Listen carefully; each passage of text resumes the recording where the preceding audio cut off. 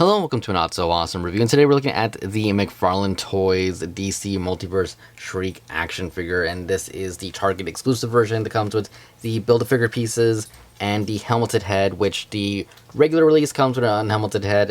It comes with two of these effect pieces, which is the only accessory in the box. It's alright. You can see the little hand pieces right there, the little cutouts where the fingers go. It works good. Again, we only get one.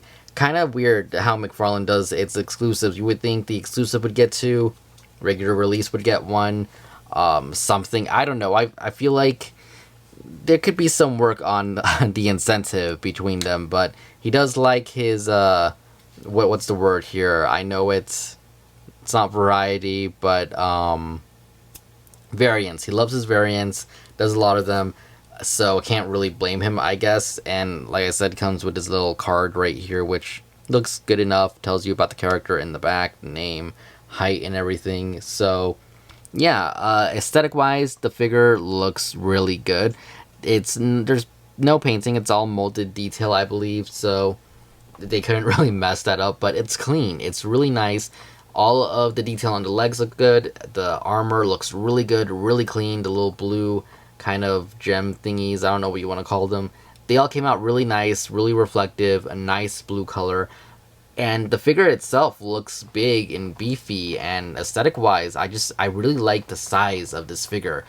Shriek was never a character that I would think, oh, I'm gonna get his action figure one day, especially after watching the show and everything, because just not one I would think of. I would have thought maybe one of the Joker gangster people would have been a figure first, or what was it, Ink? Was that her name? Maybe her. Wasn't she like a Burger King toy or something at one point? I don't remember, but wasn't really expecting this guy when they announced, oh, he's the next one. But I can see why. Just aesthetic-wise, it's a really nice looking figure.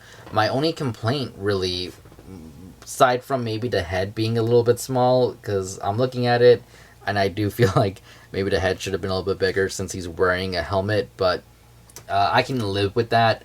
I can live with this too, but just I kind of wish that this peg, at least the top one, was white. The bottom one I can understand because the inside of the arm there is black. You can see that right there. So white on here would have looked bad, but this would have been better if it was white because it is white on both ends. So wish they had done that. Aside from that, can't really complain too much. It's a nice figure.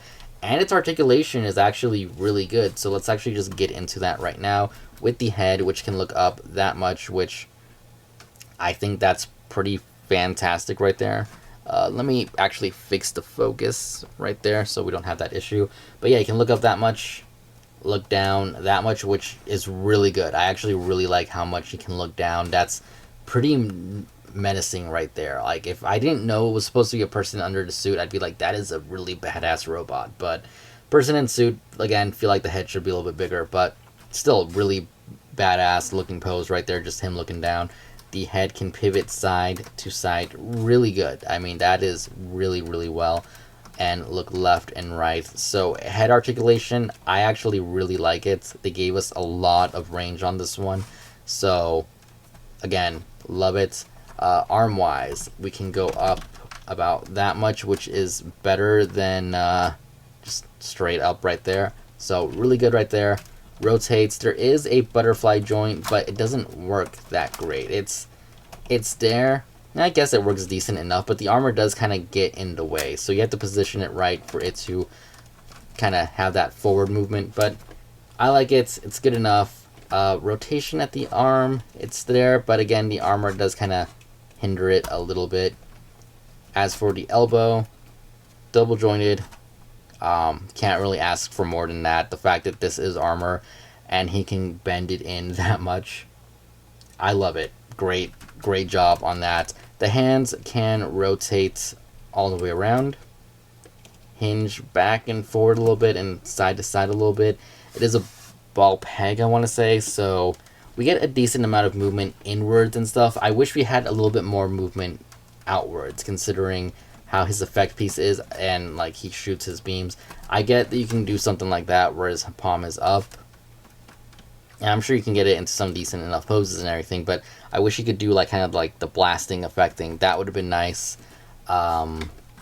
I get how it would be difficult, especially with the way the arm is shaped and everything, but I don't know, maybe have had it so this popped forward a little bit and then moved up. I think that would have worked really nice, but it is what it is, and so it's not too bad.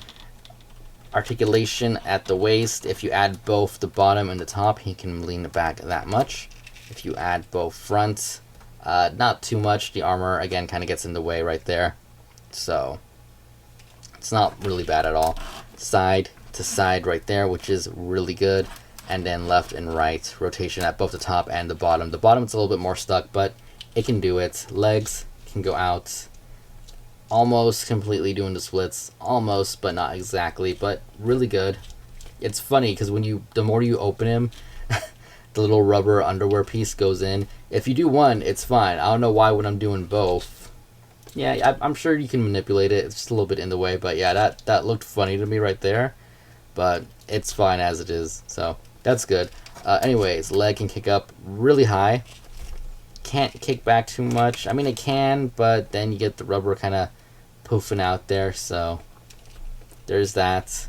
And he does have a slight rotation, inwards, outwards, not too much. I know a lot of people love cutting right there and adding their own thigh cut and everything. I don't like breaking up the sculpt because it's not meant to be cut, so most of the time it doesn't look good. I know there's a few figures. I think the Joker was one where it actually came out pretty clean, but I can't see that looking clean on here. If you want to do it, that's you guys, but I'm not really into that little modification, but it is a popular one. Anyways, legs do go in that much, which is really nice. And then he does have that ankle pivot that goes up and down, and he has the rocker that goes up and down. Is it rocker? I don't know. Goes up and down, and it has side to side. If you move that peg sideways, you can get the side to side. A little bit difficult to do behind camera, but it's there, and that little toe hinge right there, which is pretty solid on this one. So articulation wise, aesthetic wise, I do really like it. Again, I feel like the head is a little bit small. That's just me. But aside from that, I do really like this figure, and it's not one I was actually expecting to like as much as I did, because again, it's not a character that I was like, oh, I love this character, I remember him from the show, he was my favorite villain. No, it's definitely not. The final one they announced, which although he is the comic book version, forgot his name, Mr. Powers, I believe, the guy, that's his civilian name, I don't know. Great villain. I would have assumed him first or something. Would have never thought of this guy. I remember the episode and everything, but maybe he has a bigger role in the comic book. Maybe that's why. I don't know. But anyways, here he is next to Batman Beyond right there. Sorry about the lighting being a little bit darker than usual. I wanted to make sure that the white, you could see the line work and everything. I had it brighter, but it was blowing everything out. So went with darker for this video, so it's a little bit harder to see, at least from what I can tell on this screen. But yeah, good size difference. Terry is definitely shorter than him head-wise. Ear-wise, he's taller than him. Again, both of these Target exclusives, you can get a regular version release of both of them. You just will not get the Build-A-Figure, but you get an extra accessory. You'll get an extra one of these little things, and you'll get the fire boots for him, which really annoyed me that this one didn't come with it. I might actually pick up another Batman Beyond just so I can pop off the wings and get those fire boot thingies. And I do kind of like the mouth on it. I don't know. I like the one without the mouth. I like both of them, honestly. But we'll see where that goes. Any other size comparisons, just for the heck of it, see what I have around me. Have a Lightning Collection Red Space Ranger, which honestly, if you wanted something sci-fi for him to fight, I mean, he has that sci-fi feel. I feel like this figure could actually blend in really well with different kind of franchises, because again, I know it's a person in a suit, but it looks so robotic to me that I feel like you could mix and match. I mean, here he is with the S.H. Figuarts Mandalorian, and I can see this working. He could be some weird new droid if you really wanted him to be. Your imagination, whatever you want to use it for, there it is.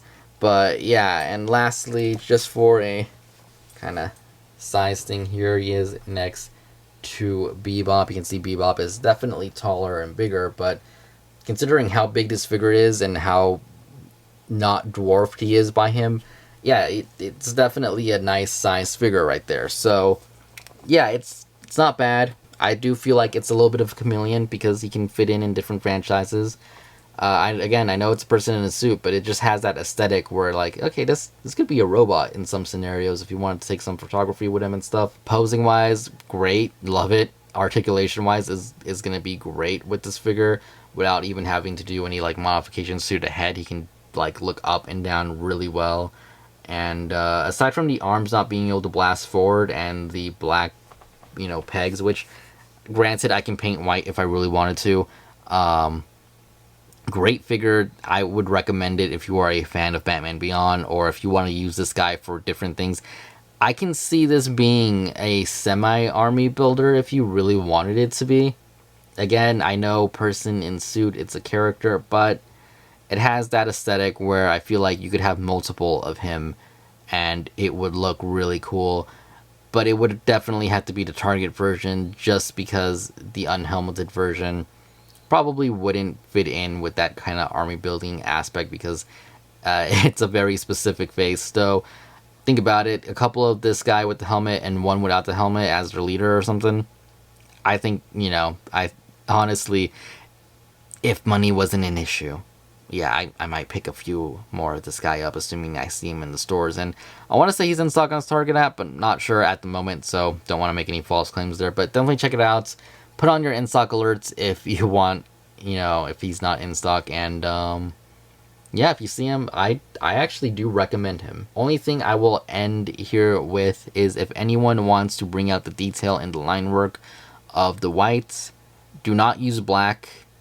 It's going to be too harsh. Use gray.